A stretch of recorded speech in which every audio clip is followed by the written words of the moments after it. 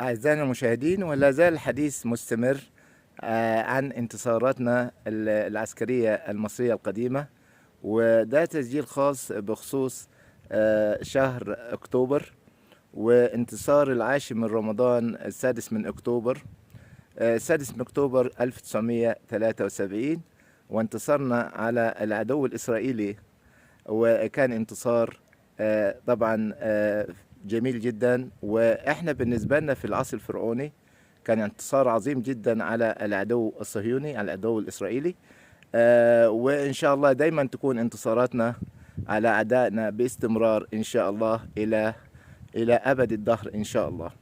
بالنسبة للمناظر الموجودة في المشهد معنا، احنا في أسد معابد مصر.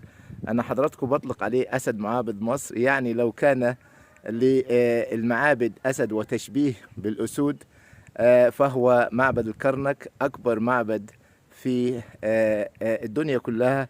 وإن هو طبعا في تسجيلات عظيمة على انتصاراتنا على أعدائنا من شتى بقاع الأرض، البلاد المجاورة لنا.